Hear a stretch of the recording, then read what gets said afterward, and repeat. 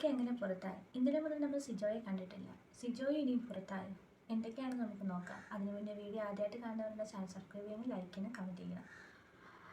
ഒരു 50% തെറ്റ് റോക്കിയുടെ ഭാഗത്ത്, 50% തെറ്റ് സിജോയുടെ ഭാഗത്ത് തന്നെയുണ്ട്. കാരണം സിജോ ഹൗസിലെ ക്യാപ്റ്റനാണ് ഈ വീക്കിൽ. അപ്പോൾ ഒരു ക്യാപ്റ്റൻ ഒരിക്കലും ഇങ്ങനെ ഒരു പ്രശ്നത്തിലേക്ക് പോകുമ്പോൾ ഈ പ്രശ്നം ഒന്ന് ഒഴിവാക്കാൻ നോക്കേണ്ടതാണ്. കാരണം മറ്റ് കണ്ടസ്റ്റൻസിൻ്റെ ഇടയ്ക്ക് വഴക്കുകൾ വരുമ്പോൾ, പ്രശ്നങ്ങൾ വരുമ്പോൾ അവർക്ക് പരിഹാരമായിട്ടും അവരെ കൺട്രോൾ ചെയ്യാനും വേണ്ടിയിട്ടാണ് ഒരു ക്യാപ്റ്റൻ നിൽക്കുന്നത്. അതേ ക്യാപ്റ്റൻ തന്നെ പ്രശ്നങ്ങൾ കൂടുതൽ വഷളാക്കാൻ ശ്രമിക്കും.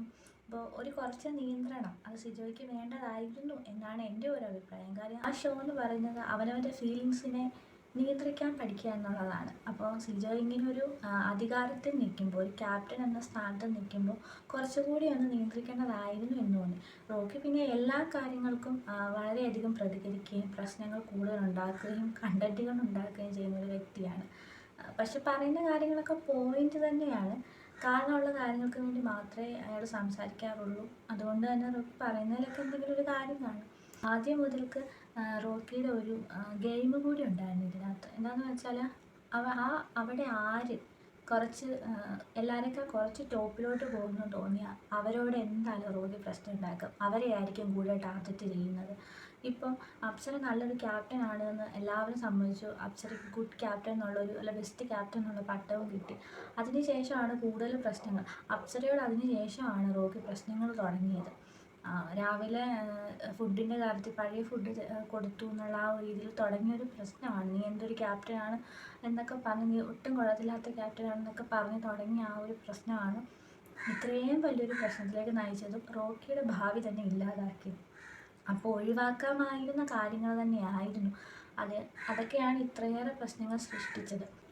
പിന്നെ സിജോയോടുള്ള പ്രശ്നം എന്താണെന്ന് വെച്ചാൽ, സിജോ ക്യാപ്റ്റനായി. പിന്നെ അന്ന് കഴിഞ്ഞ വീക്കിലൊരു സമരം നടത്തിയതിന് താനാണ് പ്ലാൻ ചെയ്തത് എന്ന ക്രെഡിറ്റ് ലാലേട്ടന് മുന്നിലെടുത്തു. അന്ന് തൊട്ട് തുടങ്ങിയതാണ് റോക്കിയും സിജോയും തമ്മിലുള്ള ഈ ഒരു പ്രശ്നം.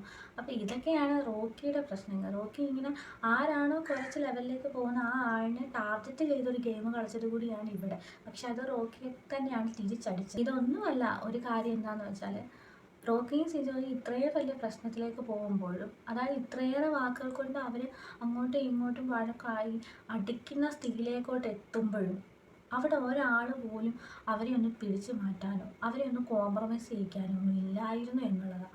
റോക്കിയുടെ കൂടെ എപ്പോഴും വാലായിട്ട് നടക്കുന്ന, കൂട്ടായിട്ട് നടക്കുന്ന ആൾക്കാർ പോലും ആ ഒരു അവസരത്തിൽ വന്ന് ഒന്ന് പിടിച്ച് മാറ്റിയിരുന്നെങ്കിൽ ഒരു പക്ഷേ ഈ ഒരു സിറ്റുവേഷൻ അവിടെ ഉണ്ടാകത്തില്ലായിരുന്നു. അങ്ങനെ ഒരാളെ പോലും അവിടെ കണ്ടില്ല എന്നുള്ളത് ശരിക്കും പറഞ്ഞാൽ നമ്മളൊരു അത്ഭുതം വരുത്തുന്നത്. എത്രയൊക്കെ ഫ്രണ്ട്സ് ആണെങ്കിലും ആ ഒരു നിമിഷം ആരെങ്കിലും ഒരാൾ ഇടപെട്ടിരുന്നെങ്കിൽ ഈ ഒരു പ്രശ്നം ഇത്രത്തോളം വലിയ പ്രശ്നം ആവത്തുമില്ലായിരുന്നു. റോക്കിയും സിജോയും നല്ല 2 ഗെയിമേഴ്സ് തന്നെയാണ്. അവർ പുറത്ത് പോകുന്നതോടെ മറ്റ് ഗെയിമേഴ്സിനാണ് കൂടുതൽ നല്ലത്. ഏറ്റവും നല്ല 2 എതിരാളികൾ പോയി കഴിഞ്ഞാൽ പിന്നെ ബാക്കിയുള്ളവർക്ക് സുഖമായിട്ട് ഗെയിമും കളിക്കാം. ബിഗ് ബോസ് എന്ന ഈ ഒരു ഷോ ശരിക്കും പറയുകയാണെങ്കിൽ നമ്മുടെ ഫീലിങ്സിനെ, ഒരു പ്രശ്നം വന്നാൽ നമ്മളങ്ങനെ പ്രതികരിക്കും, സിറ്റുവേഷനിൽ നമ്മളങ്ങനെ പിടിച്ച് നിൽക്കും. ശരിക്കും പറയുകയാണെങ്കിൽ ഇതൊക്കെ പഠിപ്പിക്കുന്ന ഒരു ഗെയിമാണ്, ഒരു മൈൻഡ് വെച്ചിട്ടുള്ളൊരു ഗെയിമാണിത്. അത് മനസ്സിലാക്കി അതിനെ ആ ഒരു രീതിയിൽ നിയന്ത്രിച്ച് നിന്ന് പോയതുകൊണ്ട്, അങ്ങനെ നിയന്ത്രിച്ച് നിന്നവരാണ് നമ്മൾ വിന്നറായിട്ട് കാണുന്നത്. ഇതുവരെയുള്ള സീസൺസ് വെച്ച് നോക്കുകയാണെങ്കിൽ ബിഗ് ബോസ് ഷോയിൽ ഫിസിക്കൽ അസോൾട്ട് എന്ന് പറയുന്നത് വലിയൊരു തെറ്റ് തന്നെയാണ്. അതൊരിക്കലും അങ്ങനെ ഫിസിക്കൽ അസോൾട്ട് ചെയ്യുന്ന ഒരാളെ ഒരിക്കലും നമുക്ക് ഷോയിൽ തുടർന്ന് കൊണ്ടുപോകാൻ കഴിയത്തില്ല. കാരണം ഒന്ന് ഓർത്ത് നോക്കിക്കുക, ഒരു വലിയ പ്ലാറ്റ്ഫോമിൽ എല്ലാവരുടെയും മുന്നിൽ വെച്ച് നമ്മളെ ഒരാൾ തല്ലി, ആ ഒരാൾ നമ്മുടെ കൂടെ പിന്നെ എത്ര നാളുണ്ടെന്ന് പറഞ്ഞാൽ നമുക്ക് ആ ഒരു വൈരാഗ്യം, അല്ലെങ്കിൽ അവർ തമ്മിൽ എപ്പോഴും ഒരു ഫൈറ്റ് എപ്പോഴും നിന്നുകൊണ്ടേയിരിക്കും. ആ ഫൈറ്റിനിടെ ചിലപ്പോൾ എന്തൊക്കെയായിരിക്കും സംഭവിക്കുക എന്നൊന്നും നമുക്ക് പറയാൻ പറ്റത്തില്ല. വാക്കുകൾ കൊണ്ട് എന്തെങ്കിലുമൊക്കെ പറഞ്ഞ് ഉള്ളതുപോലെ അല്ല ഫിസിക്കലി നമ്മൾ ചെയ്യുന്നത്. ഒരു പക്ഷേ അത് വലുതായിട്ട് ബാധിക്കും. അതുകൊണ്ട് തന്നെ അങ്ങനെ ചെയ്യുന്ന ഒരാളിനെ ഒരിക്കലും നമുക്ക് ഷോയിൽ തുടർന്ന് കൊണ്ടുപോകാൻ പറ്റത്തില്ല. അത് അവരുടെ നിയമമാണ്. അവർക്ക് എന്തായാലും റോക്കിയെ പുറത്താക്കാനേ പറ്റുള്ളൂ. അതേതായാലും അങ്ങനെ ആവുകയും ചെയ്തു. നമ്മുടെ ഫീലിങ്സിനെ, ഒരു പ്രശ്നങ്ങൾ വരുമ്പോൾ നമ്മൾ എങ്ങനെ കൈകാര്യം ചെയ്യും, അതാണ് ഈ ഷോ. അപ്പോൾ അങ്ങനെയൊക്കെ പിടിച്ച് നിർത്തിയാലേ നമുക്ക് ഈ ഷോ വിൻ ചെയ്യാൻ പറ്റുകയുള്ളൂ. സിജോ എല്ലാം മാറി പൂർണ്ണ ആരോഗ്യവാനായിട്ട് ഷോയിലേക്ക് കടന്നു വരട്ടെ എന്ന് നമുക്ക് ആത്മാർത്ഥമായിട്ട് ആഗ്രഹിക്കാം. ഏതായാലും പുതിയ വിശേഷങ്ങളും പുതിയ അപ്ഡേഷനും ഒക്കെ ആയിട്ട് ഞാൻ വീണ്ടും വരുന്നതായിരിക്കും. നിങ്ങളുടെ സ്വന്തം ലിറ്റി. ബൈ.